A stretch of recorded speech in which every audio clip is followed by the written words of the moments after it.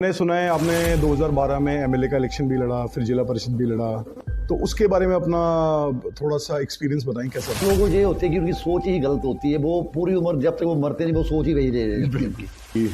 मतलब अणु ਦੇ ਲੋਕੀ ਹੁਣ ਪਹਾੜੀ ਚੀਜ਼ ਕਰੀਏ ਬੋਲਣਾ ਪਈ ਨਾ ਕਿ ਸਮਝ ਆਣਾ ਚਾਹੀਦਾ ਪਈ ਅੱਜ ਇਹਦੀ ਕਰ ਜਿਹੜੀਆਂ ਸੁਵਿਧਾਵਾਂ ਇਹਦੇ ਨਾਂ ਪਰ ਦਿੱਤਾ ਗਿਆ। ਹੁਣ ਮੈਂ ਆਪਣੀ ਗੱਲ ਸੁਣ 35 ਸਾਲ ਮੰਮੀ ਇਹ ਵਿਆਹੀ ਗਈ ਹੋਈ ਮੰਮੀ ਚਲੀ ਵੀ ਗਏ ਪਾਣੀ ਇਹਦਾ ਰੌਲਾ ਰਿਹਾ ਹੁਣ ਥੋੜਾ ਸਟੇਬਲ ਹੋਇਆ ਕੰਮ ਪਈ ਇੱਕ ਦਿਨ ਛੱਡੀ ਕੇ ਪਾਣੀ ਮਿਲਦਾ ਪਹਿਲਾਂ 6-6 7 ਦਿਨ ਛੱਡੀ ਪਾਣੀ ਨਾ ਹੁੰਦਾ ਤੇ ਜਿਹੜੀ ਮੂਲਭੂਤ ਸੁਵਿਧਾਵਾਂ ਨੇ ਰੋਜ਼ਗਾਰ ਨੇ ਇਹਨਾਂ ਦਾ ਕੀ ਮਤਲਬ ਸਿਸਟਮ ਹੈ ਸਾਡੇ ਇਸ सरकार मानक क्षेत्र की क्रैश ला सकती है। बिल्कुल मैं सरकार की गल नहीं कर रहा, बड़े पुरानी सरकारों की गल करें जो क्रैश लगी हुई। कितनी इंडस्ट्री जनरेट हो सकती थी? नहीं बड़ी ज़्यादा, मैं वही बात कर रहा हूँ कि आप मुझसे ज़्यादा इस बात को जानते हैं कि आज जो हमारा बेरोजगार तबका है जो बेरोजगार 1990 से आप जुड़े हैं तब आप मेरे हिसाब से 11वीं या 10वीं में हो। जी जी जी दिक्कत आपको अपने गांव आस पड़ोस से ही दिखनी शुरू हो जाती है क्योंकि सबसे ज़्यादा परेशानी आपके आसपास के लोगों को होती है। आज भी हमारी महिला शक्ति, आज भी हमारे बुजुर्ग, आज भी हमारे बीमार व्यक्ति, आज भी हमारे युवा खुले में शौच जाते हैं। 1990 से मैं प्रभावित हुआ था शिवसेना से, जिसमें मैंने 1990 शायद आज मैंने आपको जीवन के बारे में एक बात बता दूँ। 1990 में मैंने जनवरी महीने में शिवसेना ज्वाइन की थी। आप सभी का स्वागत है हमारे पहले पॉडकास्ट में और एकजुट भारत फाउंडेशन की तरफ से हमने शुरुआत की है कि हम आपके बीच जो हमारे समाज सेवी हैं जो समाज में अच्छा काम कर रहे हैं और जो एक प्रेरणा का स्रोत हैं और हम चाहते हैं कि उनका साक्षात्कार हो। पहले हमारे इस क्षेत्र में जो कि अणु क्षेत्र, इस क्षेत्र में बहुत से हमारे समाज सेवी ऐसे हैं जो दिन रात मेहनत कर रहे हैं और उनमें से रमेश कालिया जी जिनको आप सभी जानते भी होंगे, उनके जीवन का साक्षात्कार और उन्होंने जीवन में क्या संघर्ष देखे और अभी तक की उनकी जो यात्रा है उसमें उन्हें क्या क्या सफलताएं मिली, कौन कौन सी असफलताएं मिली, उसका विश्लेषण करेंगे। तो रमेश कालिया जी आपका बहुत बहुत स्वागत है हमारे इस शो में। स्वागत जितेंद्र जी, आपका बड़ा बड़ा धन्यवाद जो आपने मुझे आज इस काबिल समझा जहाँ पर। तो रमेश जी आज जो हम बात करेंगे वो करेंगे दिल खोल के। जी बिल्कुल। और आप चाहते हैं हिंदी में बात करें या पहाड़ी में बात करें? जहाँ हिंदी पंजाबी पहाड़ी मिक्स कर लेंगे। हाँ हाँ हाँ बिल्कुल बिल्कुल। ठीक है ठीक है। तो जो मेरा पहला प्रश्न है रमेश जी वो है थोड़ी जीवनी, मतलब थोड़ा जन्म कल होया कने कुत होया उस तो बाद तुही सोशल सर्विस की एक्टिवेट होए वो मैं बारी बारी तो की अपने हिसाब ने पूछता रहूँगा पर ये दसा भी लोग जानना चाहते हैं थोड़ा जड़ी थोड़ी जीवनी है अले तक वो क्या है मतलब? सवाल तुही शुरुआत ही तुही सवाल की जीवनी पर करती। जीवन ते एक वो चीज़ है जी कभी खत्म नहीं होती है। ठीक है जी, अं इस दुनिया से चले भी जाएंगे जीवन तो भी स्टार्ट रहना है कितने कितने किसी दे अखां च किसी दे दिल च किसी रूह च ही रहना है। पंजाबी च भी मैं गल कर रहा और ज़्यादातर मैंने हिंदी च गल करनी बड़ी अच्छी लगती है क्योंकि आज हिंदी दिवस भी है। बिल्कुल बिल्कुल, आपको बहुत बहुत शुभकामनाएं। तो जितने भी मेरे दर्शक देख रहे होंगे यहाँ पर सबको हिंदी दिवस की बड़ी बड़ी शुभकामनाएं कि आज हिंदी दिवस है। जितेंद्र जी जो जीवनी के बारे में आप पूछ रहे हैं, जीवन कहाँ से स्टार्ट हुआ? मैं वैसे मूल रूप से फतेहपुर जो अजय विधानसभा के क्षेत्र है, पहले जो नूरपुर ज्वाली हुआ करता था, ज्वाली था, उसके बाद ये फतेहपुर में तब्दील हुआ। तो जन्म मेरा जो है वो मेरा जो गांव है वो साना गांव है, तलवाड़ा के साथ लगता गांव है, 5 किलोमीटर का फ़र्क है, बॉर्डर एरिया पे हैं हम। और ब्राह्मण परिवार में मैंने जन्म लिया है। सबसे बड़ी बात मैं आपको बोल दूँ, मैंने ब्राह्मण परिवार में जन्म लिया है। हम 4 भाई हैं। मेरे फादर साहब जो अब इस दुनिया में नहीं हैं, 1993 में उनका देहांत हो गया था। तो जीवन के बारे में आपको यही बोलूँगा कि मैंने बहुत गरीबी देखी, हमारे परिवार ने एक समय बहुत गरीबी देखी है और उस गरीबी को ही देखते हुए मैंने जो अपनी फील्ड थी, जो मैंने बड़े होकर अपनी फील्ड जो चुनी, जो मैंने अपना एक आप ट्रैक समझ लें जो चुना वो ज़िंदगी का, वो यही चुना कि गरीबों की सहायता बिल्कुल कैसे की जाए। जी तो रमेश जी जो आप कह रहे हैं कि गरीबों की सहायता, वो तो हम जानते हैं आप गरीबों की बहुत सहायता करते हैं, बट राजनीति का जो क्षेत्र है, हमने सुना है आपने 2012 में एमएलए का इलेक्शन भी लड़ा, फिर जिला परिषद भी लड़ा, तो उसके बारे में अपना थोड़ा सा एक्सपीरियंस बताएं कैसा रहा? जी बिल्कुल। विधानसभा के क्षेत्र फतेहपुर से मैंने एमएलए का इलेक्शन भी लड़ा था 2012 में। वो मेरा ट्रायल था। मतलब मुझे इसके बारे में तो नॉलेज नहीं था, लोगों के झंडे डंडे उठाए हमने, हमें तो नॉलेज नहीं था। लेकिन मैं जहाँ पर यही बनूंगा कि उसमें हमारे यहाँ उपमंडल अधिकारी हुआ करते थे, आदरणीय मोहनदास शर्मा जी, जो ज्वाली हमारा क्षेत्र आता था। तो तब एसडीएम ऑफिस मेरे ख्याल में जहाँ पर नहीं होता था, हमारे फतेहपुर में नहीं होता था, ज्वाली में होता था। तो वो उसमें ऑब्जर्वर लगे हुए थे हमारे यहाँ पर, इसमें विधानसभा में। तो एक लास्ट दिन रह गया था, 2 दिन रह गए थे मेरे ख्याल शायद। ठीक है। तो मेरे बड़े अच्छे मित्र थे। मैं आपको जानकारी दे दूं सभी दर्शकों को कि काफ़ी आईएएस ऑफिसर, एचएएस ऑफिसर जो हिमाचल में कार्यरत हैं, वो मेरे बड़े अच्छे जानकार भी हैं और मित्र भी हैं। तो उन्होंने मुझे बोला कि तू इतनी सक्रिय दिखाता है हर काम में, तो कम से कम एमएलए का इलेक्शन लड़, देख तो सही तेरे साथ दुनिया कितनी है। मैंने कहा जी नहीं, मुझे तो 2 वोटें भी नहीं पड़ेंगी। नहीं, फिर भी उन्होंने मुझे यानी क्या कहलवा के उन्होंने मुझसे नॉमिनेशन करवा दिया और मैंने नॉमिनेशन कर दिया। मैं ये नहीं बोलूँगा कि मुझे वोटें कितनी पड़ी थी, लेकिन शायद वो 2012 का जो इलेक्शन था, उस इलेक्शन के बाद मैं जनता में ज़्यादा सामने आया जनता के। उसके बाद आपने जिला परिषद की बात की है, तो शायद जनता को जो मेरा अनोख क्षेत्र है, या फतेहपुर विधानसभा क्षेत्र है, या इसके साथ साथ जो पूरा हिमाचल है, क्योंकि मेरा जो इलेक्शन था जिला परिषद का, वो बड़ी चर्चा में रहा था।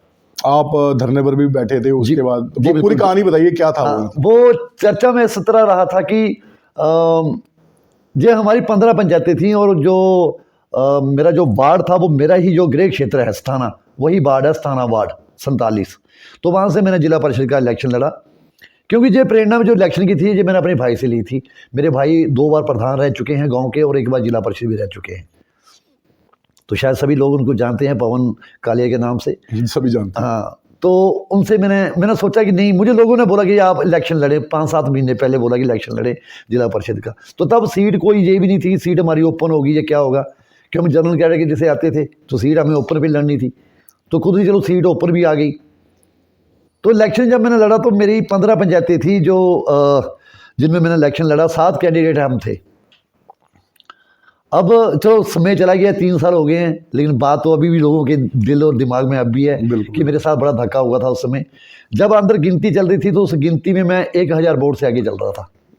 अपने 6 कैंडिडेट जो थे, कई तो 400-500 पे रह गए थे, या 1000 पे रह गए होंगे, 1200 पे। लेकिन जो मेरे साथ उसमें 2 व्यक्ति ऐसे थे जो मेरे साथ मुकाबला कर रहे थे, लेकिन उन दोनों से मैं 1200 वोट से ऊपर चल रहा था। अब लास्ट में कुछ 485 वोटों से मैं जीत गया, मतलब। ठीक है। और अभी मैंने बाहर निकला, तो मुझे तभी पता चला कि आप 47 के 48 वोटों से हार गए हैं। तो उसमें मैंने जब वहाँ पे रिएक्शन किया इस बात का, मेरे भाई ने भी रिएक्शन किया कि हम गलत हैं, मतलब हम कैसे हार रहे हैं। बिल्कुल। लेकिन शायद सरकार का भी प्रभाव होगा, प्रभाव था उस समय, और उस प्रभाव की खातिर ही मुझे हरा दिया गया। जनता ने तो कोई कमी नहीं छोड़ी थी। और कहीं ना कहीं इसमें आपको लगता है कि अगर आप जीत जाते तो आपका प्रभाव और नहीं, मैं जी जितेंद्र जी आज भी आपको एक डंके की चोट पे ये बात बोलता हूँ, अगर मैं कहीं जीत जाता जिला परिषद का इलेक्शन, मैं जिला परिषद ये बता सकता था कि जिला परिषद होता क्या है। मैं पूरी हिमाचल की जनता को ये बताता कि जिला परिषद मेंबर बोलते किसको है। मुझे चेयरमैन बनने की जरूरत नहीं थी, मुझे कोई वाइस चेयरमैन बनने की जरूरत नहीं थी, लेकिन क्योंकि मेरे अंदर जुनून है काम करने का, मैं बता सकता था कि जिला परिषद होता क्या है। जी रमेश जी, मैं आपकी इस बात से मतलब एक तो सेटिस्फेक्शन मिलती है कि नहीं, आपने जो बात बोली कि नहीं जिला परिषद क्या होता है। हमारे यहाँ पे बीडीसी जिला परिषद को ऐसे सोचते हैं कि ये तो पोस्ट ही नहीं है, परंतु जब आपके पास शक्तियाँ होती हैं और आप एक संवैधानिक तौर पर किसी पद पर बैठे हों, तो आप बहुत कुछ करवा सकते हैं। पर आप लोगों को ये समझाना चाहिए कि जिला परिषद मतलब कि जिला परिषद के पास भी पावर होती है, बीडीसी के पास भी। मैं भी बीडीसी ही हूँ, और हमने कई काम ऐसे भी करवाए हैं जो मतलब और कोई नहीं करवा सकता। तो आपको ये लोगों के दिमाग से शंकाएं हटानी चाहिए कि जिला परिषद और बीडीसी भी कुछ होते हैं, नहीं बिल्कुल अच्छा काम कर सकते हैं। मैं जितेंद्र जी बिल्कुल बोल रहा हूँ, जो काम शायद इलाके का एमएलए ना कर सके, बिल्कुल वो जिला परिषद और प्रधान और जो बीडीसी है वो कर सकते हैं, क्योंकि एमएलए के पास पूरी 50 से 60 पंचायतें होती हैं। वो अकेला व्यक्ति होता है। मेरी कोई कटाक्ष नहीं है किसी कि कोई ये समझे कि मैं किसी एमएलए के ऊपर कटाक्ष कर रहा हूँ, विधायक के ऊपर, नहीं, वो कटाक्ष नहीं है। मेरा ये कहना है कि क्योंकि उसके ऊपर 50-60 पंचायतों का वर्डन होता है, बहुत ज़्यादा वर्डन होता है, लोग डेली आते हैं, मिलते हैं। एक एमएलए 5 साल में किसी को सेटिस्फेक्शन नहीं दे सकता। उसके लिए उसको बार बार आना पड़ता है, बार बार करना पड़ता है। तो जिला परिषद और बीडीसी जो लोग होते हैं वो लोगों से जुड़े होते हैं, क्योंकि 10-12 पंचायतों में वो बने होते हैं, वो लोगों से जुड़े होते हैं। नहीं, कहीं ना कहीं लोग हमें हल्के में ले लेते हैं। कुछ लोग ऐसे होते हैं जो इन पोस्टों को हल्के में लेते हैं कि नहीं जी, जिला परिषद के पास कोई पावर नहीं है, जब बीडीसी के पास पावर नहीं है। पावर हर एक व्यक्ति के पास है, जो चुनाव द्वारा चुना गया है उस व्यक्ति के पास पावर है, वही प्रशासनिक है, वही प्रशासन है, अगर चाहे तो। लेकिन कहीं ना कहीं हमारे लोगों के बीच जो सदियों से बात चलती आ रही है कि ये सिर्फ डम्मी बैलेट पेपर, डम्मी चेहरे हैं जो कुछ कर नहीं सकते। कर बड़ा कुछ सकते हैं, ऐसा नहीं है कोई चीज़ का। अगर देखिए आप, एक विधायक चुन के जाता है, एक विधायक चुन के जाता है तो उसके पास भी एक पावर होती है, क्योंकि उसको जनता ने चुना होता है। जिला परिषद, चाहे वो जिला परिषद है, प्रधान है, चाहे बीडीसी है, चाहे एक पंच है किसी गांव का, वो भी जनता ने चुना होता है, उसके पास पावर होती है।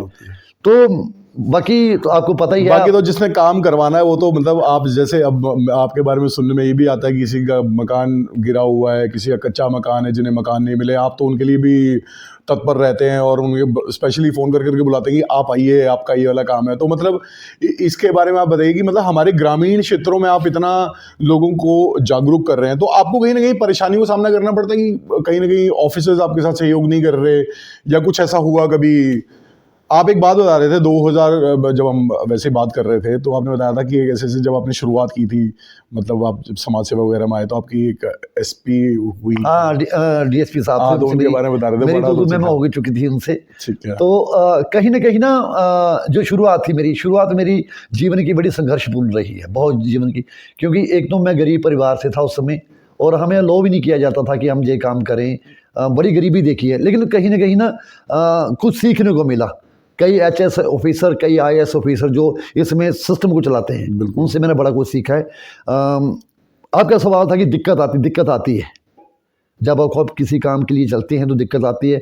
पहले तो दिक्कत आपको अपने गांव आस पड़ोस से ही दिक्कत शुरू हो जाती है, क्योंकि सबसे ज़्यादा परेशानी आपके आसपास के लोगों को होती है, बिल्कुल, जो आपके बिल्कुल करीबी होते हैं कि ये व्यक्ति ऊपर क्यों जा रहा है। मुझे कोई पॉपुलर होने का शौक़ नहीं है कि मैं कोई बहुत बड़ी तोप हूँ इलाके की, नहीं, ऐसा कुछ भी नहीं है। तोप जब पॉपुलर होना पब्लिक ही बनाती है, पब्लिक ही बनाती है। बिल्कुल। आपने एक सवाल किया कि गरीब लोगों के मकान, बिल्कुल आज भी कहीं ना कहीं हम लोग बहुत टूटे हुए इंसान हैं हम, जो कहीं संपूर्ण नहीं है। आज भी ऐसे लोग हैं जो एक ही मकान, कच्चे मकान में 8-8, 6-6 फैमिली इकट्ठी रह रही है।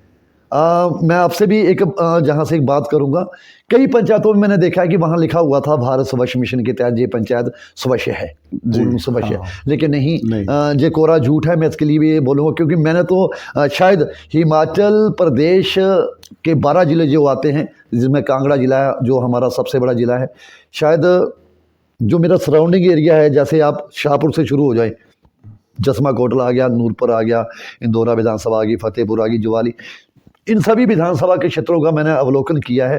कहीं ना कहीं अगर आप स्वच्छ भारत की बात करें तो वो स्वच्छ भारत कहीं भी नहीं है, वो सिर्फ कागजों में स्वच्छ भारत है।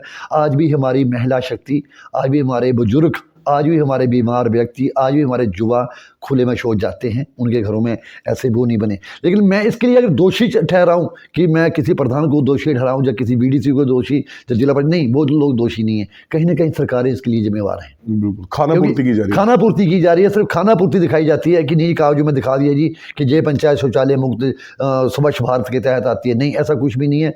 मैं जहाँ से आपके माध्यम से एक बात जहाँ चैलेंज के रूप में बोल देता हूँ, जब कोई व्यक्ति अपने आप को बोल दे कि मेरी पंचायत शौच मुक्त है, जो है, वो मेरे साथ आके बैठ सकता है खुले मंच पर। ये तो आंकड़े में भी जानता हूँ कि ऐसा है नहीं, वो चीज़ नज़र नहीं आ रही कहीं भी कि ऐसा कुछ है। आज भी ऐसे गरीब परिवार हैं आज भी जिनको एक वक्त की खाना मिलता है, वो 2 समय का 2 टाइम का खाना नहीं खा पा रहे। जी, अच्छा, तो एक बात जो बड़ी मुझे लगती है आपसे पूछनी चाहिए, आपका काफ़ी संगठनों से जुड़ाव होता रहा है, तो इसके पीछे क्या रहा आपको वहाँ पे? मतलब या मतलब उनकी विचारधारा पसंद नहीं आई, या कहीं ना कहीं आपको लगा कि नहीं, आपकी बढ़ती हुई छवि को देखते हुए उन्होंने खुद? नहीं, बिल्कुल बड़ा अच्छा सवाल है आपका कि काफ़ी संगठनों में मेरा आना, काफ़ी संगठन तो नहीं बोल सकता, मैं शुरू से 1990 से मैं प्रभावित हुआ था शिवसेना से, जिसमें मैंने 1990, शायद आज मैंने आपको जीवन के बारे में एक बात बता दूँ,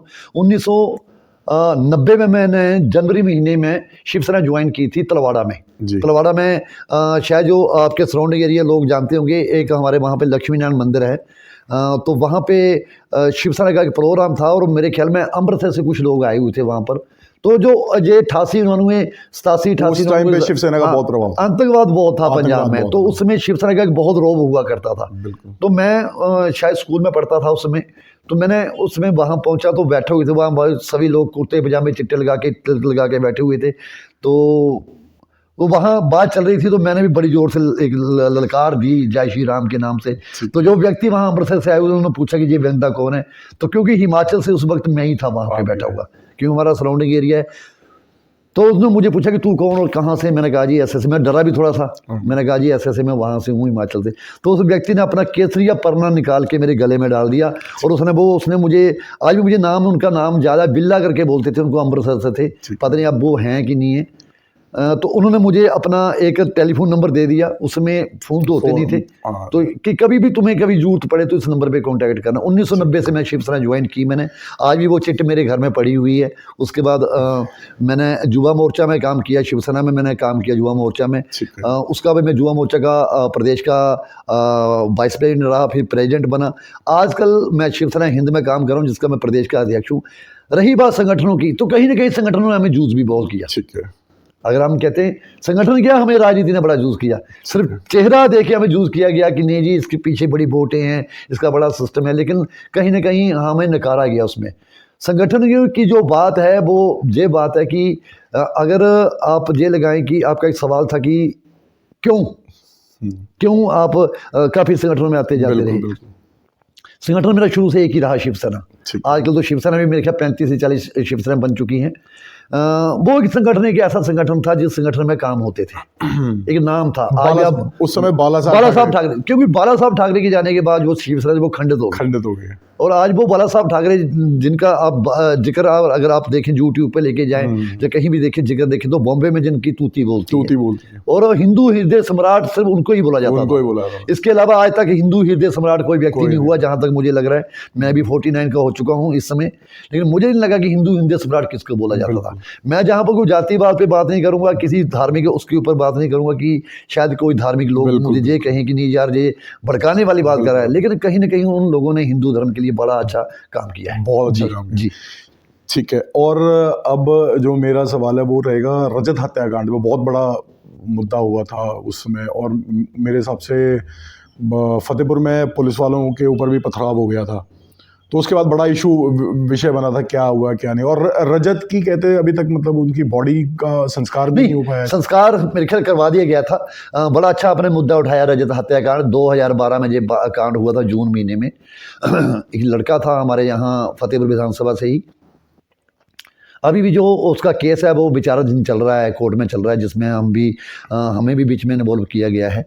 लेकिन वो कहीं ना कहीं वो केस तो जो था, वो जो कांड था जिसको कांड का नाम दे दिया गया, वो सिर्फ राजनीति की फेंट चढ़ गया। बिल्कुल ठीक है। वहाँ पे हम इस चीज़ के मानते हैं कि हम लोग वहाँ शामिल थे।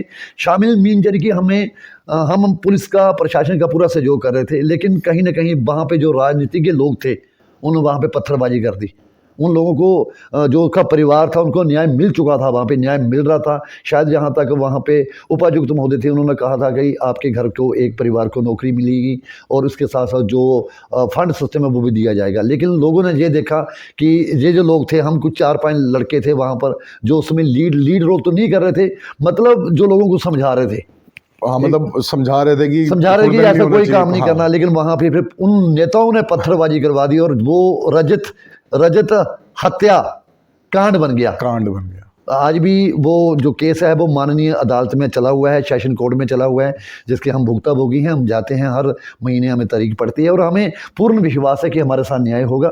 और हमें कानून पर पूरा विश्वास है, कानून ने अपना काम किया हुआ है। शायद कुछ लोग इसमें ऐसे भी थे जो बिना वजह रगड़े गए, हमारे जैसे लोग जिनकी फोटो खींची गई है, हमारी फोटो खींची गई है, तो कहीं ना कहीं हमें कानून पे पूरा विश्वास है और हम जहाँ तक है हमें न्याय मिलेगा।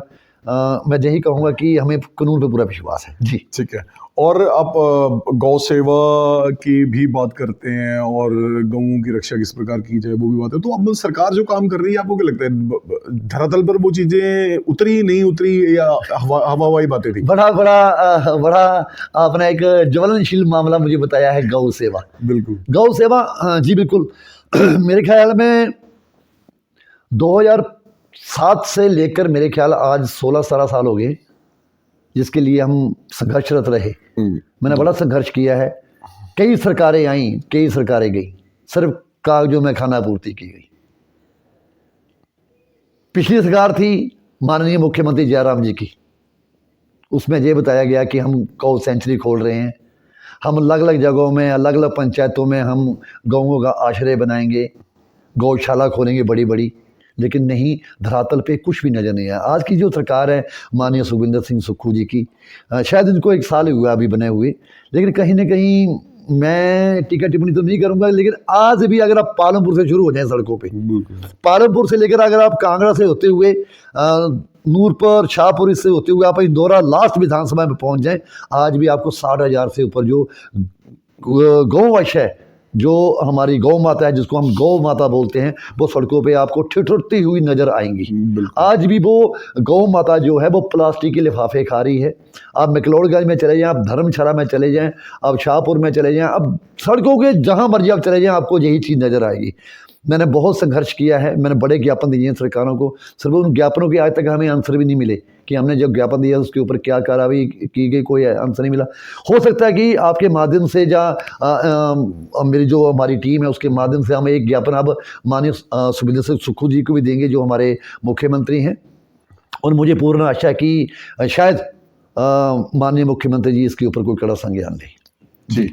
तो मैं दर्शकों से भी यही कहना चाहूँगा, देखिए देसी गाय जो थी हमारी, वो अब तो चलिए मिलती नहीं है, अगर मिलती भी है तो हमने उसका इतना बुरा हाल कर दिया कि अंग्रेजी गाय हम घर ले आए और विदेशी गाय को हम दूध भी पी रहे हैं, कैंसर भी हो रहा है, बीमारियां भी लग रही हैं। तो रमेश जी ने बहुत बढ़िया बात की कि आप पालमपुर से इंदौरा बेल्ट तक चले तो 60-70 हज़ार गाय आपको वैसे मिल जाएंगी, और सड़कों पे रोज दुर्घटनाएं हो रही हैं, जिस कारण गौवंश तो मर ही रहा है रमेश जी, और आपसी आपके हमारे आसपास के समाज का भी नुकसान हो रहा है, किसी की हड्डी टूट रही है, किसी की मृत्यु हो रही है। तो आप सबसे विनती रहेगी, कृपया करके गौवंश का संरक्षण करें अपने आसपास। अगर हो सके, सरकार नहीं कर पा रही है तो आप अपने जो आपके जनसमूह हैं उनके द्वारा ही गए।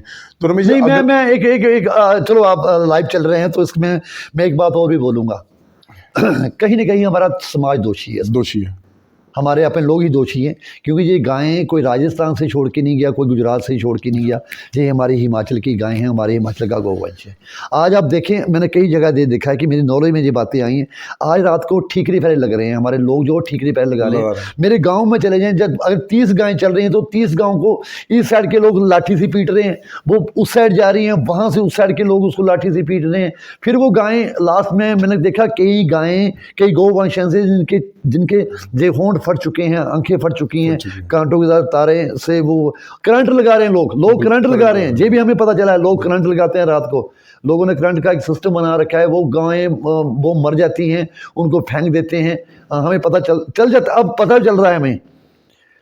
दुख की बात है कि इसके लिए जिम्मेवार कौन है? अगर सोचा जाए तो इसके लिए तो हम लोग ही जिम्मेवार हैं। समाज हमने खड्डों में हमने बड़े हमने टोए डाल दिए, ठीक है। सरकारी जगह को हमने रात को बैरिकेड कर दिया हुआ है, बंद कर दिया हुआ है। हम जो गौ चरवाहे थे, उन लोगों को जो जहाँ पे गौचर भूमि थी, मैं आज भी कहता हूँ, जहाँ चैलेंज के माध्यम से कहता हूँ, अगर ये लाइव जो आप चल रहे हैं, जो भारत फाउंडेशन की तरफ से चल रहा है, मैं माननीय मुख्यमंत्री जी से एक निवेदन करूंगा जहां पर कि खासकर जो मेरा जो सराउंडिंग एरिया है, जो मेरा जो मंड क्षेत्र है, इसकी एक जानकारी आप जहां से जरूर लें अपने अधिकारी की तरफ से, कि काफ़ी लोगों ने जो जमीन जो गौचर भूमि है वो रोक रखी है। और मैं जल्दी ही इसके ऊपर आरटीआई भी डालने वाला हूँ, जल्दी ही इसके ऊपर एक ज्ञापन भी दूंगा कि काफ़ी चाहे मेरा नौ क्षेत्र है, क्योंकि जो हमारी गौ माता के लिए गोचर भूमि थी, जो पंचायतों द्वारा छोड़ी गई भूमि थी, उसको लोगों ने घर डाल दिए हुए हैं, उनको लोगों ने रोक दिया हुआ है। आजकल हमारी गौ माता जाए तो जाएगा। हिंदुस्तान में गौ को गौ माता का दर्जा दिया गया है, लेकिन कहीं ना कहीं हम बहुत दोषी लोग हैं। मैं सभी की बात नहीं करूंगा, मैं अपनी बात भी साथ में करूँ। हम बहुत दोषी लोग हैं कि हम एक कुत्ते को अपनी गाड़ी में बैठा सकते हैं, लेकिन हमारा ये गौ माता, जिसको हम गौ माता बोलते हैं, वो कचरा खा रही है, वो गंद खा रही है, वो हमारे हिंदू धर्म को दिखाई नहीं देता। बिल्कुल तो बड़ी दुख की बात है, जो बड़े सनातनी बनते हैं कि हम भी बहुत सनातनी, हम ये कर रहे हैं वो कर रहे हैं, नहीं, गौ माता के लिए कुछ नहीं हो धरातल रहा। पर कोई काम नहीं होता। धरातल पे जीरो काम। मैं सरकार से भी निवेदन करता हूँ कि अगर आपसे ये काम नहीं होता, आप कम से कम इसको प्राइवेटेशन कर दीजिए, बिल्कुल। इसके प्राइवेट लोगों को दिया जाए, संस्थाओं को दिया जाए। बहुत संस्थाओं को, संस्थाएं हैं बहुत, बिल्कुल। जो संस्थाएं काम कर रही हैं। मैं आपके माध्यम से एक और बात बोलूँ, मेरे हिमाचल प्रदेश में बहुत शक्तिपीठ है, बहुत ज़्यादा। बिल्कुल। चाहे वो चिंतपूर्णी मंदिर है, ज्वाला जी मंदिर है, बाबा बालनाथ मंदिर है, जहाँ पे लाखों करोड़ रुपए चढ़ता है हर महीने, लाखों करोड़ रुपया। मैं चाहता हूँ वो पैसा जाता कहाँ है। जाते हैं। मेरा सवाल सरकार से भी ये सवाल है कि वो पैसा जा कहाँ रहा है। अगर वो करोड़ों रुपए चल रहा है, मैंने देखा वही मंदिर, मुझे चिंतपूर्णी मंदिर वही दिखाई दिया, मैं बाबा राम मंदिर भी गया, वही दिखाई दिया। कोई उसके ऊपर आप कहते होंगे तो महीने 2 महीने साल के बाद थोड़ा बहुत काम होता होगा, लेकिन वो जो करोड़ों रुपए जाता है वो लोग चढ़ाते हैं, वो जाता कहाँ है। अरे कहीं ना कहीं आप कम से कम एक काम कीजिए, कोई बच्चों के लिए बड़ा सा कोई हॉस्पिटल खोलिए, उस वहाँ चैरिटेबल ट्रस्ट बनाएं, कोई गौ माता के लिए ऐसी गौशालाएं मंदिर बनाएं, लेकिन वो कभी धरातल पे नहीं दिखेगा। कोई बड़ा विश्वविद्यालय बनाएं। क्या चिंतपूर्णी में विश्वविद्यालय नहीं बन सकता? सब कुछ बन सकता है, इतने करोड़ों रुपए हैं इन मंदिरों के पास, लेकिन कहीं ना कहीं वो पैसा कहाँ जा रहा है। इसके लिए भी सरकार से RTI डाली जाएगी, लेकिन सरकार से नहीं डालूंगा RTI ये मैं सेंटर में डालूंगा। अब सेंटर से ये पूछा जाएगा कि ये जो मंदिरों के ऊपर अधिकार है, जो मंदिर के ऊपर कमेटियां बनी हुई हैं, वो पैसा कहाँ जा रहा है। जी। तो आपके ऊपर एक अब जो तड़कता भड़कता सवाल जो मैं करना चाहूँगा वो ये है कि बदमाशी का टैग आपके ऊपर लगता है, ये क्या मतलब है कि अब लोग आपके बालों की वजह से, दाढ़ी की वजह से, मतलब क्या है कि बोलते हो ये डरा धमका के काम करवा लेता है, ऐसा वैसा है? नहीं, मतलब काम तो वो गरीबों की करवाते हैं, ऐसा नहीं है कि अपने। देखिए, मैंने आज तक अपना काम कभी नहीं करवाया। मेरे घर में भी आ सकते हैं, मैं आज भी कच्चे मकान में रहता हूँ। बिल्कुल। मैंने कभी अपना, मैं कोई 2 नंबर का काम नहीं करता कि मैं कोई ऐसा काम कर रहा हूँ। डरा धमका कर एक छवि होती है, मैं कोई डरा धमका के काम नहीं करता कि मैं किसी को डरा रहा हूँ, किसी को मार रहा हूँ, मेरे पर ऐसे पर्चे पड़े हुए हैं, लेकिन छवि है। जहाँ पे नहीं बात बनती फिर थोड़ा सा गुस्सा भी करना पड़ता है। बिल्कुल। लेकिन मुझे अपने प्रशासनिक अधिकारियों पर इतना विश्वास है, चाहे वो फतेहपुर से हैं, चाहे इंदौरा से हैं प्रशासनिक अधिकारी, चाहे ज्वाली से हैं, नूरपुर से हैं, धर्मशाला से हैं, जहाँ वो कभी मेरी उनसे कभी, हाँ हो सकता है कि भी नोक-झोंक हो जाती है, लेकिन मैंने कभी भी काम किया है तो गरीबों के लिए किया है। मेरी जो टीम काम करती है, आप जैसे लोग जो रात दिन लोगों के लिए काम करते हैं, तो वो हम सिर्फ गरीबों के लिए काम करते हैं। डराना धमकाना, ये लोगों ने एक सिस्टम बना रखा है कि शायद एक छवि बना रखी है कि कई बार ये डरा के काम लेते हैं। तो मैं आपके माध्यम से एक बात बोल दूं, जहाँ ज़रूरत होती है वहाँ कई बार थोड़ी गर्मी भी दिखानी पड़ती है, गर्मी हो भी जाती है क्योंकि टीम ही ऐसी है हमारे पास। बाकी आज तक जितेंद्र जी मैंने अपने लिए कुछ नहीं किया, मेरी टीम जो मेरे साथ चलती है वो, मैंने उसके लिए कुछ नहीं किया, मैं सिर्फ गरीबों के लिए करता हूँ। काफ़ी संस्थाएं हैं हिमाचल में, मेरे आस पड़ोस भी काफ़ी संस्थाएं हैं जो काम कर रही हैं, जिन चाहे वो ब्लड के लिए काम कर रही हैं, चाहे लोगों की बेटियों की शादी के लिए काम कर रही हैं। काफ़ी संस्थाएं काम कर रही हैं, ये नहीं कि संस्थाएं काम नहीं कर रही, करती हैं संस्थाएं, काम करती हैं। आप जैसे लोग दिन रात लोगों को जागरूक करते हैं, लेकिन कहीं ना कहीं कुछ लोग ऐसे होते हैं जो जिनकी मानसिक स्थिति ठीक नहीं होती, जो हमारे पे टीका टिप्पणी करते रहते हैं। टीका टिप्पणी होनी भी जरूर चाहिए, बिल्कुल ऐसा नहीं है टीका टिप्पणी नहीं होनी चाहिए। अगर हमारे विरोधी नहीं होंगे तो हमें जांचेगा कौन? विपक्ष के बिना पक्ष वो काम ही नहीं है। विपक्ष चाहिए, हमारा विपक्ष है।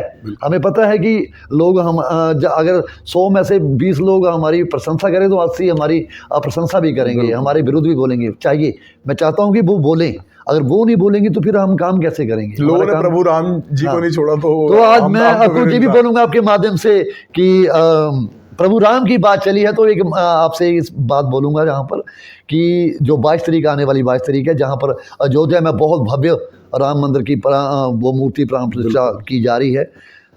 मैं आपसे भी बोलूँगा कि शायद काफ़ी जगह मैंने सुना है कि इस बार जो दिवाली है वो 22 तारीख को मनाई जा रही है, और शायद ये पूरे भारतवर्ष में ये गर्व की विषय होगा कि भारतवर्ष में 2 दीपावली मनाई जाएंगी। बिल्कुल। तो मैं चाहूँगा कि 2 की जगह जो अब जो 22 तारीख जनवरी रखी गई है उसी दिन दीपावली मनाई जाए, कि सरकार एक ऐसा वो किया जाए कि राम जी उसी दिन जहाँ आए थे। और मैं आपके माध्यम से ये चाहूँगा कि पूरे भारतवर्ष जो हमें देखेगा भी, जो अभी लाइव चल रहा है, जो इसको भी देखेगा, उनसे भी एक निवेदन रहेगा कि कम से कम 22 तारीख को आप अपने घर में 1 या 2 दीपक जरूर जलाएं। रोशनी का पैगाम भी है जी कि रोशनी उस दिन मर्यादा पुरुषोत्तम श्री रामचंद्र जी 14 वर्ष का वनवास काट के आए थे, लेकिन अब तो ये लग रहा है कि 500 साल का वनवास काट के आ रहे हैं। तो मैं किसी एक धर्म के लिए नहीं बोलूँगा, मैं सभी धर्मों के लिए बोलूँगा, क्योंकि आज अगर आप सोशल मीडिया के माध्यम से जाएँ तो हर धर्म का व्यक्ति अयोध्या पहुँच रहा है। मैं पिछले कल देख रहा था कि बॉम्बे से एक लड़की थी, वो चली हुई थी, पैदल चली हुई थी, और उसने कुछ अपना नाम खान कुछ शेख कुछ ऐसा नाम, मुझे बड़ा अच्छा लगा कि उसने बोला था कि मैं भारत की बेटी हूँ, मैं भारत की नारी हूँ। उसने ये बात बोली थी कि मेरे में काली भी है, मेरे में दुर्गा भी है। ये जो हमने अपने धर्मों को बांटा हुआ है, ये तो एक राजनीतिक धर्म है जो बांट दिए गए हैं, कोई सेल बना दिए गए हैं, कोई वो बांट, लेकिन संसार में हम जो लोग हैं वो एक इंसान के रूप में जिन्हें हमें भगवान ने भेजा हुआ है। बाकी छवि की बात की तो छवि ऐसे ही है, चलती रहेगी। कई तो मुझे मजाक से बोलते हैं, मेरे फतेहपुर के लोगों ने कई लड़के ऐसे जिन्होंने मेरे ऐसे बाल भी रखे हुए हैं आज की डेट में। मैं धन्यवाद करता हूँ कि कहीं ना कहीं कुछ लोग मुझे अपना आइडल भी मानते हैं। जी जी जी। अच्छा, तो एक बात और, अब बात चलिए दूर दूर तक आपकी सारी हमने चीज़ें क्लियर कर ली। अब जो बाढ़ आई थी उसमें मतलब फोटोग्राफी का कंपटीशन ही चला हुआ था या कुछ काम भी किया, जो आए ऊपर से फटाफट आए और फोटोग्राफी की चले गए, और उनको क्या राहत मिली है जो प्रभावित हुए थे? क्योंकि अभी हम पिछले 15-16 दिन पहले मैं इसी क्षेत्र से निकला हूँ, तो लोगों ने जो सड़कें बनवाई हैं कह रहे हैं उनका पैसा भी मतलब मिला ही नहीं, खुद ही बनवाई उन्होंने। बाढ़ शब्द बड़ा खतरनाक होता है, बिल्कुल बाढ़, लेकिन जो भुक्ताभोगी होती हैं उनको पता होता है कि बाढ़ होती क्या। हमने आप भी वहीं रहे हैं। हाँ। हमने मण क्षेत्र में काम किया है बाढ़ के दिनों में। 15 अगस्त को बाढ़ जब शुरू हुई थी, लोग आज़ादी मना रहे थे और हमारे लोग थे वो डर के मारे कांप रहे थे। बिल्कुल। शायद मैं जो बात जो आपको कहने जा रहा हूँ बहुत बड़ी खतरनाक बात है कि लोग उधर आज़ादी का पर्व मना रहे थे 15 अगस्त को, और हमारे जो निचले सराउंडिंग इलाका था मंड क्षेत्र के लोग उससे मौत से डर रहे थे, और उस चीज़ को हमने अपनी आंखों से देखा है, शरीर ने देखा हुआ है। हम 21-22 दिन उस दिन बीच में रहे थे, शायद जहाँ पर रेस्क्यू चले थे, रेस्क्यू ऑपरेशन। जितेंद्र जी आप भी हमारे साथ रहे हैं, रेस्क्यू ऑपरेशन किए थे, काफ़ी हमने भैंसें निकाली थी, काफ़ी लोगों को घर से किस्तियों द्वारा निकाला गया था, और कहीं ना कहीं वहाँ पर सेना का भी प्रयोग हुआ था, सेना भी वहाँ पे आई थी, हेलीकॉप्टर द्वारा वहाँ से लोगों को निकाला गया था। मैं सरकार का धन्यवाद करता हूँ, सेंट्रल सरकार का भी धन्यवाद करता हूँ, मैं दोनों सरकारों का धन्यवाद कर रहा हूँ, क्योंकि दोनों का ही एक समन्वय में बना के ये काम हुआ। लेकिन कहीं ना कहीं आपने बात की फ़ोटो सेशन की, तो फ़ोटो सेशन बहुत ज़्यादा हुआ है वहाँ पे, चाहे वो रियाली पुल से आप शुरू कर लें जितेंद्र जी, रियाली पुल से लेकर मेरे ख्याल कोडूवेला, जाट वैली, ये जितने भी इलाके हैं जहाँ पे फ़ोटो सेशन बहुत हुआ, मतलब जहाँ गाड़ी पहुँच जाती थी वहाँ पे फ़ोटो सेशन, बाद आगे कोई मतलब नहीं बनता। 15 अगस्त के बाद दिसंबर, सितंबर, अक्टूबर, नवंबर, दिसंबर ख़त्म हो गया, नए साल में प्रवेश कर गए, 15 जनवरी भी आने वाली है, लेकिन वो नेता अब मुझे दिखाई नहीं दिए। पूछते हैं लोग हमें, मैं जब मंडी क्षेत्र में जाता हूँ तो कई लोग हमसे पूछते हैं कि वो नेता कहाँ हैं जो आपके साथ आए थे, जो आपके साथ आते थे, जो आपके बाद आते रहे, वहाँ 1, 2, 3, 4 बार आए, वो नेता कहाँ गए? कहीं ना कहीं वो लोग आज भी उस दुख से गुजर रहे हैं जितेंद्र जी, आज भी उन लोगों को मेरे ख्याल राहत राशि के नाम पे कोई चीज़ नहीं मिली। मैं मंड क्षेत्र में ज़्यादा रहता हूँ, अनोख क्षेत्र में ज़्यादा रहता हूँ, ये 2 क्षेत्र में नदी के क्षेत्र हैं जहाँ की सबसे बड़ी दुर्दशा यही है कि हमारे पर 2 क्षेत्रों में एक नाम बन चुका है, अनोख क्षेत्र और मंड क्षेत्र। बड़ी दुख की बात है, आज भी हमारे साथ सौतेला व्यवहार किया जा रहा है इन दोनों इलाकों से। बिल्कुल, ये जो 2 इलाके हैं जहाँ पर हम इस समय बैठे हैं, ये अनोख क्षेत्र है और जो मंड क्षेत्र है, उन लोगों की ज़मीनें चली गई, उन लोगों की पानी में ज़मीनें बह गई, लोगों के घर टूट गए, लोगों के घर बह गए, लोग आज तक अपने पैरों पे खड़े नहीं हुए। आज भी मैं पिछले 2 महीने से देख रहा था कि लोगों से कर्जा लेकर अपनी ज़मीनें बनानी शुरू की हैं, जो वहाँ पे बाढ़ की स्थिति बनी थी। लेकिन कहीं ना कहीं वहाँ पर सिर्फ फ़ोटो सेशन जो ग्रुप वहाँ जाते थे, उनमें सिर्फ मल्लम लगाने की जगह अगर कहीं 10 रुपये की किसी की हिम्मत भी कर दी होती, किसी की मदद की होती, तो मानने वाली बात थी। किसी नेता ने वहाँ पर ऐसा कुछ नहीं किया। हाँ, प्रशासनिक अधिकारियों को मैं धन्यवाद करता हूँ, वो जाते रहते हैं, क्योंकि जो तो सरकार के काम है, सरकार के ऊपर से ही आदेश होगा। लेकिन एक बार फिर मेरा माननीय मुख्यमंत्री जी से निवेदन रहेगा कि कम से कम जिस क्षेत्र में आपने और उप मुख्यमंत्री जी ने दौरा किया था, उस क्षेत्र को दोबारा फिर देखा जाए। देखें वो लोग किस स्थिति में रह रहे हैं। शायद वहाँ पर आज दिन तक मेरे ख्याल कोई सुविधा अभी तक नहीं मिली लोगों को। जो ग्राउंड रिपोर्ट है, लोग अपने पैसे द्वारा वहाँ पर सड़कें बना रहे हैं, अपने पैसे द्वारा वो ज़मीनें बना रहे हैं। आज भी अगर आप मंड क्षेत्र और अनोख क्षेत्र की बात करें, तो आज भी हम लोग जो हैं वो काला पानी का जीवन जी रहे हैं जितेंद्र जी। आज जो हमारी सड़कों के हालात हैं मांड क्षेत्र के, अनोख क्षेत्र के, मैं जहाँ पर एक फिर आपको डंके की चोट पे बोलता हूँ कि कोई नेता मुँह से बहस कर लिया कर। आप मांड क्षेत्र में चले जाएँ, बाइक लेके चले जाएँ, पैदल चलना भी दुबार है मांड क्षेत्र में, जो सड़कें टूटी हुई हैं। अगर वहाँ पे ये कोई लाप करेगा कि नहीं जी बाढ़ से ही हुई हैं, बाढ़ की सड़कें तो बाद में हुई हैं, जो पिछले 10-15 साल जिन लोगों ने देखे हैं लोग कब पड़ी। वही मेरे अनोख क्षेत्र की बात है। सिर्फ जहाँ पर ये 2 ऐसे इलाके हैं जहाँ पर सिर्फ और सिर्फ वोट की राजनीति हुई है, सिर्फ लोगों से वोट ली गई है, उसके बाद लोगों से कोई पता नहीं। मैं 49 साल का हो गया हूँ, मैं मंड क्षेत्र अनोख क्षेत्र में रहता हूँ। आज भी अनोख क्षेत्र वहीं का वहीं है, आज भी मंड क्षेत्र वहीं का वहीं है। लेकिन मैं आपके माध्यम से एक बात जरूर बोलूँगा, अब जहाँ से कोई धरती पुत्र उठेगा, बिल्कुल जी आपको मैं गारंटी से बोल रहा हूँ, मैं राजनीति में नहीं आना चाहता था, मैं अपने लिए नहीं बोल रहा, हो सकता है कोई और उठे, लेकिन उठेगा जरूर, क्योंकि अब हम अपने हक की लड़ाई लड़ेंगे। अब अनोख क्षेत्र की लड़ाई होगी और मंड क्षेत्र की लड़ाई होगी। अब इन क्षेत्रों का हम जो देखिए, आप एक समय लगाएं कि 6 बजे के 6:30 के बाद हमारे इलाके में बस ही कोई नहीं है। जहाँ पर हम बैठे हैं मेरे ख्याल में, जहाँ पर 1-2 बसें 3 बसें चलती होंगी मेरी, आप खटियार से अब शुरू कर दें।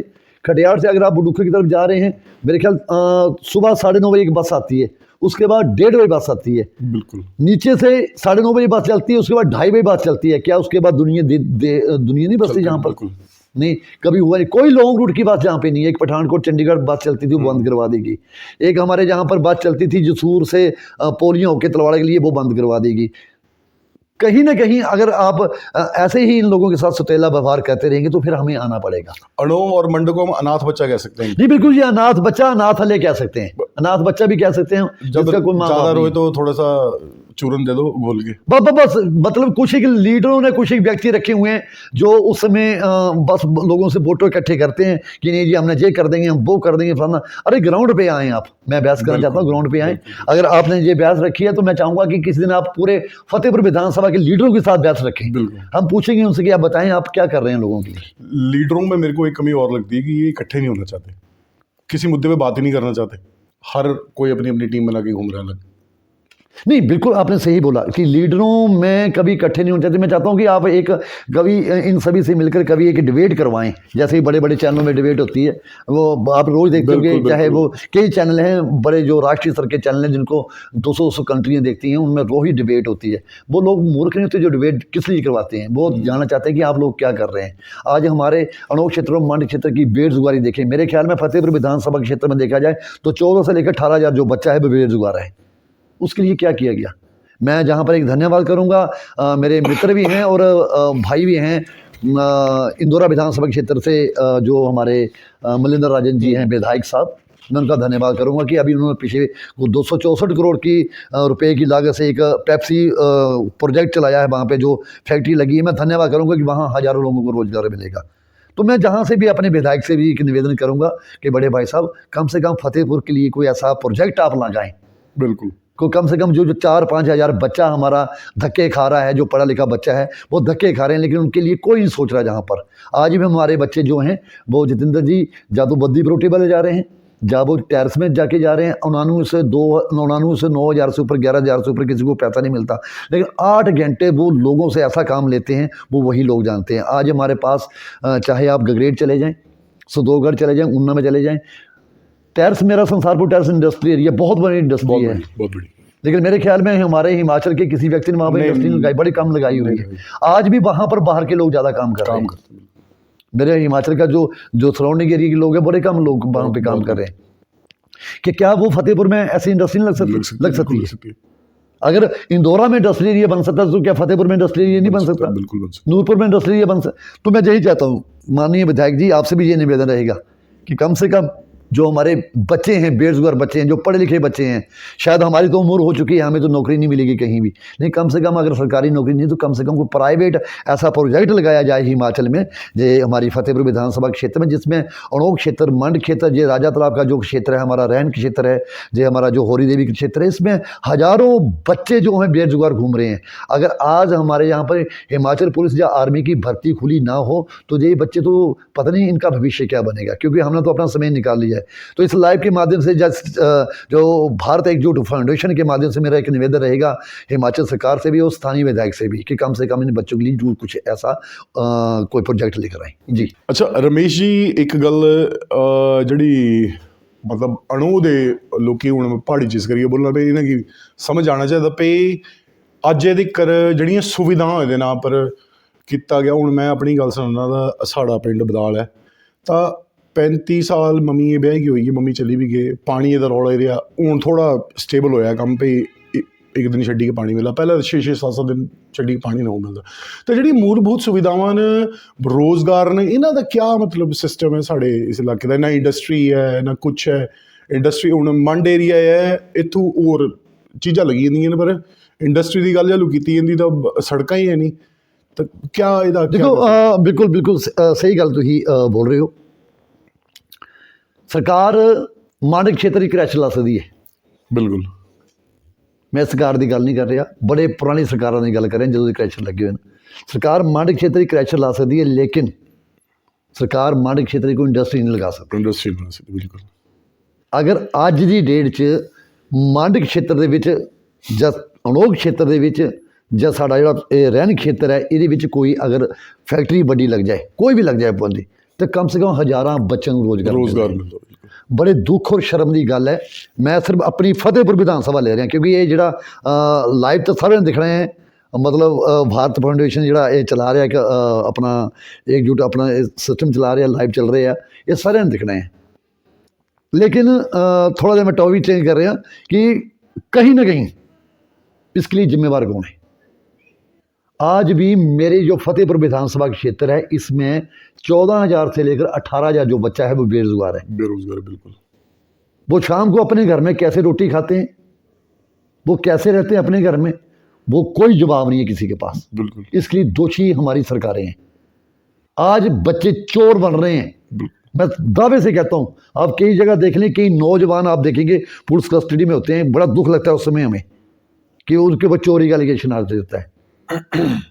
मैं किसी एक नौजवान के लिए नहीं बोलूँगा या 10 के लिए नहीं बोलूँगा, कहीं ना कहीं आज जो हमारा जो सराउंडिंग एरिया है, खासकर ये इंदौरा क्षेत्र से लगता है हमारा एरिया है, पंजाब से लगता है एरिया है, चिट्टे की चपेट में, चिट्टे की चपेट में सबसे बड़ा चिट्टे की चपेट में जो एरिया है मेरे तो, मैं तो क्योंकि बात फतेहपुर की नहीं है, फतेहपुर में भी 10-12 कांड पकड़े गए हैं चिट्टे के। ऐसा नहीं जहाँ नहीं बंदे पकड़े गए हैं, यहाँ पर कहीं ना कहीं वो बेरोजगार लोग कुछ ना कुछ तो उल्टा पुल्टा करेंगे।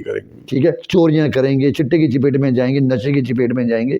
लेकिन कहीं ना कहीं हमारी सरकारों का फर्ज बनता है, कहीं ना कहीं हमारे सिस्टम का फर्ज बनता है कि इनके लिए हम कोई इंडस्ट्री लिए लगाएं, कोई ऐसा कारोबार लगाएं, 10,000 12,000 वो बच्चे अपने जहाँ आ जाए। आज भी 90% जो हमारे अणोर मांड क्षेत्र जो रहन से जो इलाके हैं हमारे ज्वाली, इनके जो बच्चे हैं वो बद्दी बरोटी वाला चंडीगढ़ में जाके काम कर रहे हैं, दिल्ली में जाके काम कर रहे हैं, जिनका भविष्य कोई नहीं है, 9-10 हज़ार में काम कर रहे हैं। उनके माता पिता बुजुर्ग हैं, वो अकेले जहाँ पे एक किस्म की काला पानी का जीवन जी रहे हैं। क्या वो लोग जहाँ काम नहीं कर सकते आकर? वो कर सकते हैं, वो अपने घर में भी रह सकते हैं, अपनी संस्कृति में भी रह सकते हैं, अपने कल्चर में रह सकते हैं। लेकिन ऐसा कुछ भी नज़र नहीं आ रहा धरातल तौर पे। बड़े दुख के साथ कहा जाता है कि हमने तो 50 क्रॉस कर लेनी है अब एक आधे साल में। ठीक है, हमारे बच्चे भी जवान हो गए, लेकिन हमारे बच्चों का भविष्य क्या है? हमारे बच्चों का भविष्य जो है अंधकार में जा रहा है आज की डेट में। आपने जो संस्कृति की बात करी, इसी के ऊपर में एक चीज़ और, अब मैं मोदी जी को सुन रहा था उस दिन, तो उन्होंने किस चीज़ पर जोर दे रखा है कि जो हमारे लोकल गांव से लोग उठ के शहरों में जाते हैं, वो शहरों में ना जाकर अगर वहाँ पे चलो उन्होंने कोई इंडस्ट्री सेट भी कर ली तो वो वहाँ से उठकर उसी इंडस्ट्री को अपने क्षेत्र में स्थापित करें, उसके लिए वो कार्य भी कर रहे हैं। पर कहीं ना कहीं लगता है कि आज की डेट में अगर कोई मर जाता है तो वहाँ पे ज़्यादा लोग इकट्ठे हो जाए, पर जब वो मरने वाला होता है या बीमारी की स्थिति में होता है या उसके माँ बाप होते हैं, मतलब माँ बाप होते हैं, मैंने तो आजकल देखा माँ बाप ही हैं घर पे, बेटा बहू तो शहरों में करने क्या गए, नौकरी कर रहे हैं कुछ और नहीं। बिल्कुल बिल्कुल, बड़ा आपका ये भी सवाल बड़ा एक अच्छा सवाल है आपका, मरने वाला जो सवाल आपने किया है। देखिए, मैं अक्सर ये चीज़ें देखता रहता हूँ, समाज में रहता हूँ, आप लोग भी समाज में रहते हैं, मैं अक्सर ये चीज़ें देखता रहता हूँ। गरीब लोगों से हमारी ज़्यादा टचिंग है। बिल्कुल, जो हम जिस ट्रैक पे जिस सिस्टम पे हम काम कर रहे हैं वो हम गरीबों के लिए काम कर रहे हैं, उन लोगों से हमारी ज़्यादा मिलते जुलते हैं हम उन लोगों से। वैसा नहीं कि अमीर लोग हमारे दुश्मन हैं, ऐसा कुछ भी नहीं है, वो भी हमारे ही भाईचारा है। मैंने कई बार ये चीज़ें देखी हैं कि एक गरीब व्यक्ति जब बेड पे पड़ा होता है, मतलब यानी कि चाहे वो हॉस्पिटल का लें चाहे घर के बेड पे पड़ा होता है, उसको वो भयानक बीमारी होती है, तो हमारा जो कल्चर है, जो हमारे आसपास पड़ोस का कल्चर है, वो व्यक्ति उस समय उसकी कोई हेल्प नहीं करता। नहीं करता। हमारे पास केस ही ऐसे आते हैं बिल्कुल। कि नहीं जी इनकी ये केस है, मैं किसी का इंडिविजुअल नाम नहीं लूँगा जहाँ पर, कि इनकी ये प्रॉब्लम है, इनकी ये प्रॉब्लम है, तो वो उस समय कोई भी व्यक्ति उसकी 10 रुपए की हेल्प नहीं करता, 20 रुपए की हेल्प नहीं करता, 100 रुपए की हेल्प नहीं करता। लेकिन हाँ, जब वो व्यक्ति प्राण त्याग देता है, ये चीज़ें मैंने देखी हैं, जो आप लोग भी देखते होंगे, हर रोज़ देखते होंगे, जब वो व्यक्ति प्राण त्याग देता है तब हमारे जैसे लोग, हमारे जो कल्चर है, जो हमारे आस पड़ोस के लोग हैं, रिश्तेदार हैं, तब 2-2, 5-5 हज़ार की गाड़ियाँ करके उनके घर में पहुँच जाते हैं उसको जलाने के लिए, कि जलाएं यार जाकर उसको जला कर आएंगे, 5-10 दिन जाते रहेंगे। लेकिन अगर वही 10,000, वही 5,000, वही 2,000 की हेल्प अगर आप लोगों ने की हो, तो व्यक्ति वो मर नहीं सकता कभी भी। अगर आप उसको बोल दो कि हम आपके साथ हैं, मैं अक्सर मेरे साथ ये होता है, मेरी टीम के साथ ये होता है कि हम हज़ारों लोगों से, ऐसे लोगों से मिलते हैं जो आज भी बिना पैसे के पीजीआई में, बिना पैसे के टांडा हॉस्पिटल में दम तोड़ रहे हैं, जिनको कोई भी सरकार की तरफ से, कोई भी परिवार की तरफ से, जो गरीब लोग हैं उनको कोई हेल्प नहीं होती। लेकिन हाँ, जब वो व्यक्ति मर जाता है तो 100-100, 150-150, 200 व्यक्ति शमशान घाट में इकट्ठे होकर उसको जलाने के लिए तत्पर हो जाते हैं। जला लो भाई इसको जल्दी से, कि दोबारा कहीं मुड़ के वापस ना आ जाए, कहीं पैसे की वो मांग ना हो जाए। तो मैं चाहूँगा कि इस कल्चर को थोड़ा चेंज किया जाए। तो अगर जितने पैसे आप उसके घर में जाने पर लगाते हैं, 10 दिन उसके घर में जा रहे हैं, 3 दिन जा रहे हैं, तो उतने पैसे अगर आप उसका हाफ भी उसकी हेल्प कर दें, तो कम से कम वो व्यक्ति 2 या 4 साल और जी सकता है। बिल्कुल, आपने ये मतलब भयानक सत्य बताया हमारे समाज का, जो कि आज के हमारे समाज की मानसिकता हो गई है। ये मानसिकता है, लेकिन समाज के पास समय ही नहीं है। समय नहीं है। आज आप कहें कि आपके पास समय है, मतलब समय ही नहीं है। आज शादियां देखिए, हमारा कल्चर जहाँ का रहे हैं, फिर कह रहे हैं तलाक हो रहे हैं, फिर कह रहा है वो क्यों नहीं होगा, वो सब कुछ होगा। हमारा कल्चर ही बड़ा खराब हो चुका है। हमारे लोगों ने कल्चर खराब कर दिया हुआ आज की डेट में जी। ये कल्चर खराब करने वाले कोई बाहर के लोग थोड़े आए हैं, हमारे समाज में पैदा हुए ये लोग थे जिन्होंने कल्चर खत्म कर दिए हुए। पहले शादी होती थी 3-3 दिन लोग, 4-4 दिन लोगों के घर में रहते थे। आज 3 घंटे से ऊपर कोई किसी घर में रहता। आज तो सीधे अपने घर से उतरो, पैलेस पहुंचो। अरे हमारी सभ्यता ही खत्म कर दी गई है। हमारी जो अनोख क्षेत्र की सभ्यता थी, जो मांडव क्षेत्र की सभ्यता थी, जो हिमाचल की सभ्यता है, मैं फिर भी साधुवाद और धन्यवाद करता हूँ ऊपरी हिमाचल का। उन लोगों ने वो सभ्यता रखी हुई है, वो संस्कृति रखी हुई है, वो देवी देवताओं का वास उनके घरों में है, वो रखा हुआ है। लेकिन हमारा जो नीचे का क्षेत्र है, हमारा सारा पश्चिमी के क्षेत्र हो चुका है जी आज की डेट में। आप चले जाएं डीजे के ऊपर, अब बड़ी बात करते हैं जितेंद्र जी आपको, अगर डीजे या इसके ऊपर बात आ रही है, मैं बहुत बड़ी बात पे आ रहा हूँ। जागरण, वो जागरण आज कल्चर ही चेंज हो गया, जागरण का चेंज हो गया। ठीक है, माता की आप वहां पर झांकियां निकाल रहे हैं, वो मैं नहीं मानता वो झांकियों को, वो गलत बात है। वो आप जागरण करने गए हैं तो जागरण कीजिए, जागरण की एक लिमिट होती है। आप ऊंचे स्पीकर बजा रहे हैं, वहां पे नाच रहे हैं, नाचें अगर आपने जागरण करना है। लेकिन यार आपके नाचने से या ऊंचे स्पीकर लगाने से आपके आस पड़ोस वाले टेंशन में आ जाए, वो प्रॉब्लम क्यों आ रही है? मैंने कई केस हमारे पास ऐसे आते हैं, लोग हमें फोन करते हैं कि नहीं जी ये रात को 12 बजे जागरण कर रहे हैं, ये कर रहे हैं जी हमें। अरे जागरण किसको सुना रहे हैं आप? बिल्कुल, आपने जागरण अपने लिए रखा, आप अपने लिए करें। जिसको सुनने की शर्त होगी वो आपके घर आ जाएगा, जो नहीं सुनेगा वो अपने घर में करवा लेगा।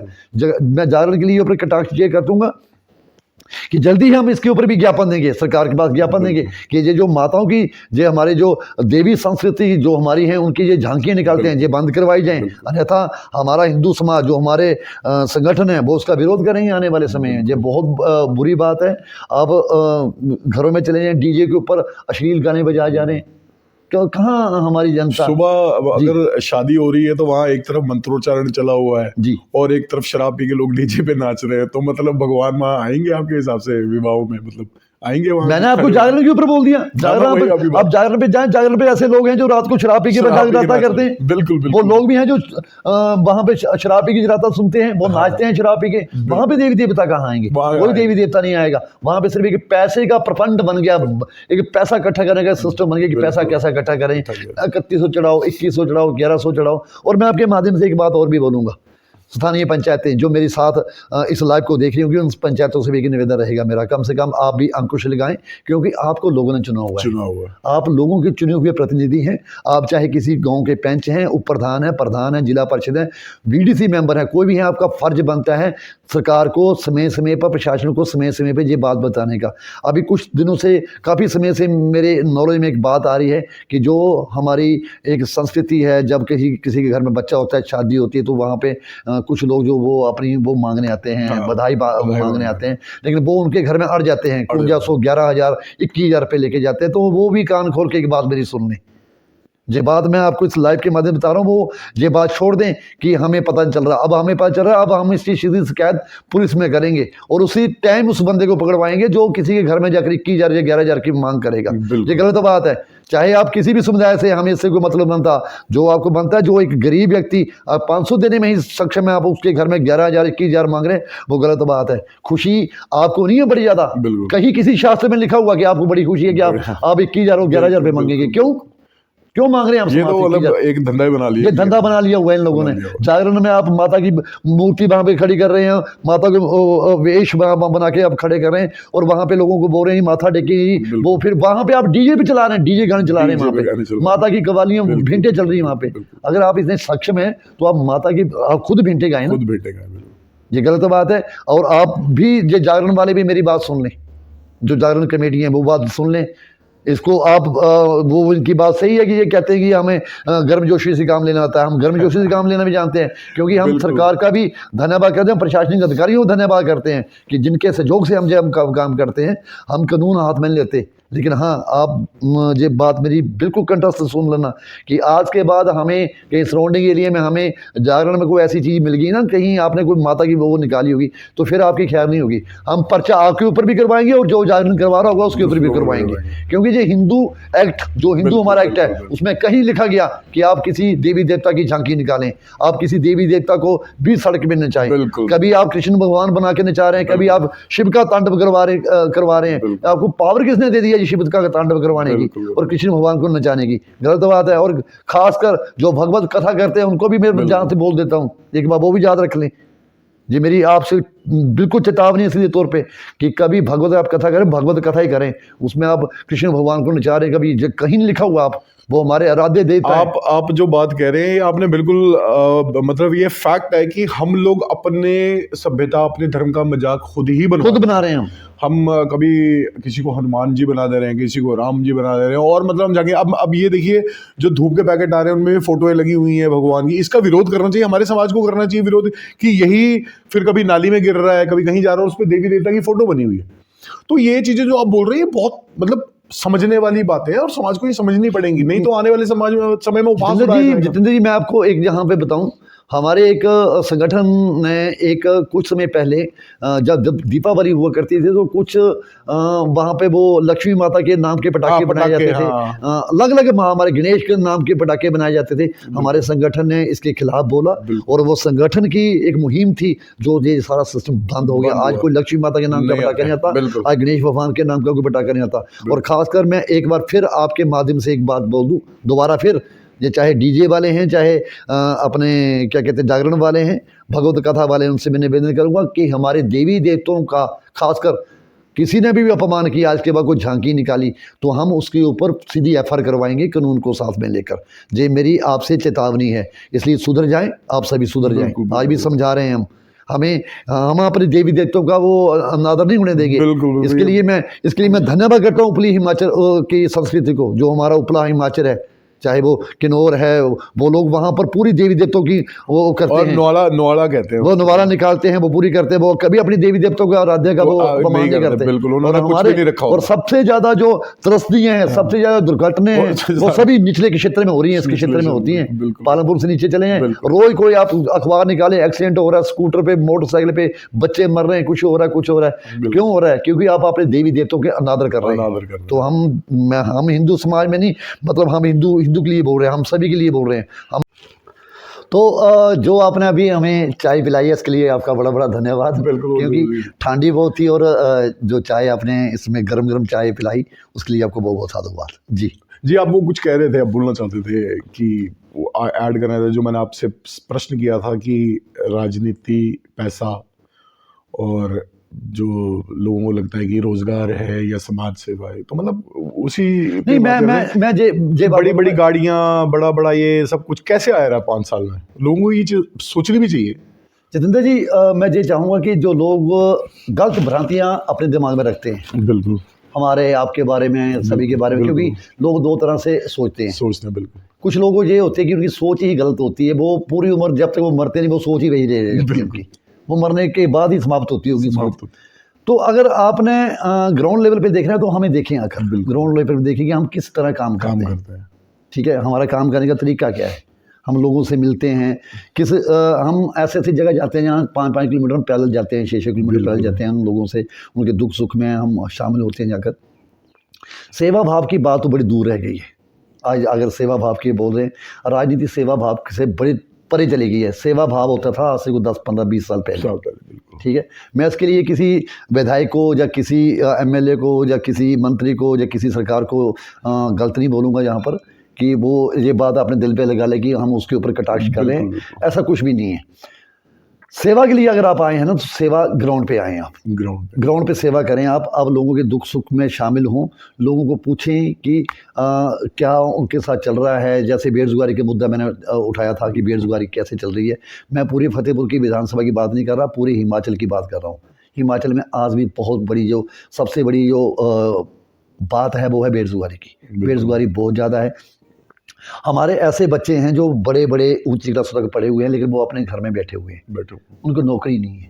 तो मेरी यही सरकार से बेनती रहेगी, कम से कम ज़्यादा नहीं तो इन लोगों के लिए, इन बच्चों के लिए ऐसा इंडस्ट्रियल एरिया लगाया जाए, ऐसे हब बनाए जाएँ, ऐसा सिस्टम बनाया जाए कि इनके कोई अच्छी रोज़गार मिले। अभी कुछ समय पहले की बात है, कोई 5-10 साल पहले बहुत नज़दीक जो हमारा पौंग बांध है, जो पर्यटन की दृष्टि में बहुत बड़ी बात है। सरकारों ने कई बार उठाया कि हमने इतना पैकेज ला देंगे, ये कर देंगे, वो कर देंगे, जहाँ पे शिकारे चलेंगे, जहाँ पे काम होगा, जहाँ पे होटल खुलेंगे, इंडस्ट्री खुलेंगे, लेकिन ऐसा कुछ भी धरातल रूट पे नज़र नहीं आया हमें। और पता नहीं कब ये नज़र आएगा। मेरा तो यही है कि जल्दी से जल्दी ऐसे काम मिले लोगों को, लोग ये काम करें। अभी आपने देखा होगा मोदी जी ने मालदीव्स जो एक मतलब अलग देश है, हमारे मतलब पास ही पड़ोसी मुल्क है, परंतु उन्होंने लक्षद्वीप, जो कि मालदीव्स के बिल्कुल साथ है, लक्षद्वीप हमारे भारत का हिस्सा है, तो जो 40% अर्थव्यवस्था है वो मालदीव्स की हमारी टूरिज्म इंडस्ट्री पर है। तो उन्होंने मालदीव्स की एक ही बार में वहाँ जाके मतलब बिल्कुल खटिया खड़ी कर दी कि अब उनका इकोनॉमी बिल्कुल क्रैश होने की कगार पे आ जाएगी अगले 6 महीने में, क्योंकि वहाँ की बुकिंग कैंसिल हुई, लक्षद्वीप के होटल बुक होने शुरू हो गए। तो क्या इसी प्रकार पौंग डैम की जो आपने बात की, अगर ये विकसित हो जाता तो आपके हिसाब से कितना रोजगार उत्पन्न होता? लोग रेडी लगा सकते थे, अपनी दुकान लगा सकते थे, इनके होटल चलने थे, लोगों की ज़मीनें हैं वहाँ पर, वो इको पार्क बना सकते हैं, होटल बना सकते हैं, तो कितनी इंडस्ट्री जनरेट हो सकती थी? नहीं, बड़ी ज़्यादा मैं वही बात कर रहा हूँ कि आप मुझसे ज़्यादा इस बात को जानते हैं कि आज जो हमारा बेरोजगार तबका है, जो बेरोजगार युवा है, अगर हमारे पौंग बांध के पास ही ऐसे होटल बन जाते, शिकारे चलते, तो कई लोगों को जहाँ पे रोजगार मिलना था।